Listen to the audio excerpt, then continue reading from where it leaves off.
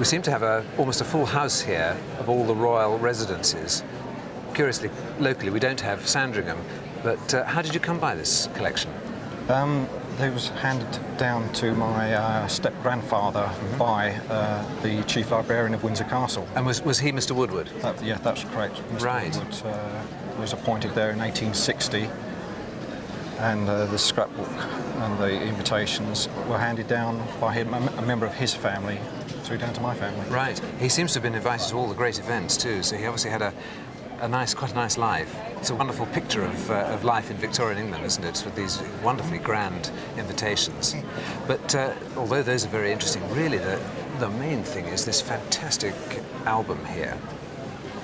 And perhaps it's worth starting almost at the beginning. This is full of absolutely riveting things, isn't it? It is.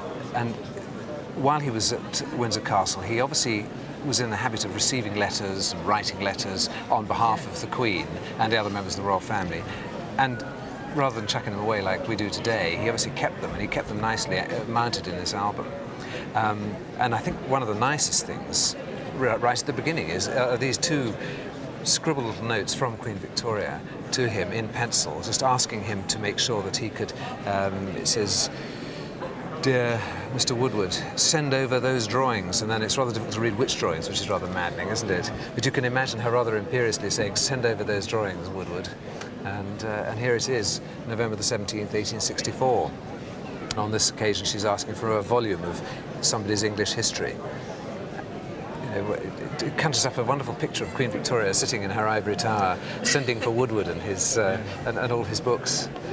He was obviously clearly a friend of the royal family, because here you've got this absolutely delightful sketch where it says here, Princess Louise and Miss Bower.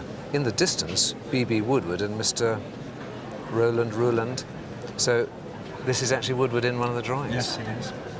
Their album is just full of the most extraordinary things, and you know, it would take weeks to go through it all. You've got here a cheque signed by the Duke of Wellington. Here you've got a letter from John Ruskin, you know, the great man of letters and the arbiter of taste in Victorian times about art. Sadly, the content of the letters isn't wildly exciting. It would be nice if he was making groundbreaking comments, but nevertheless it's still very interesting. I suppose there's a limit to what you can say to a librarian, though, isn't there? Well, I suspect that's right, and I think it's a very good comment. I think, you know, the relationship with these people was a professional relationship rather than an intimate relationship. In other words, he wasn't writing as a friend to dear Woodward. You know, he was writing, you're quite right, probably more instructive or demanding, rather like Queen Victoria's. Yes. Yeah. And this, of course, is extremely rare. Florence Nightingale. You know, you just don't get Nightingale autographs like this. And so it goes on. I mean, the whole thing is absolutely wonderful. And once again, there's another of the great Victorian figures, Darwin. Fantastic.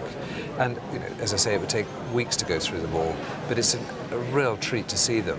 It's very difficult until one has a chance to go right through the whole lot to put a value on it. And at the end of the day, I suspect, you know, because they're clipped out and pasted in, you know, the value of some of the letters has diminished a bit. But I can imagine, with a bit of research, it would be worth somewhere between £5,000 and £10,000 for the collection. The drawing alone is worth probably 700 or 800. So, you know, jolly nice thing to have.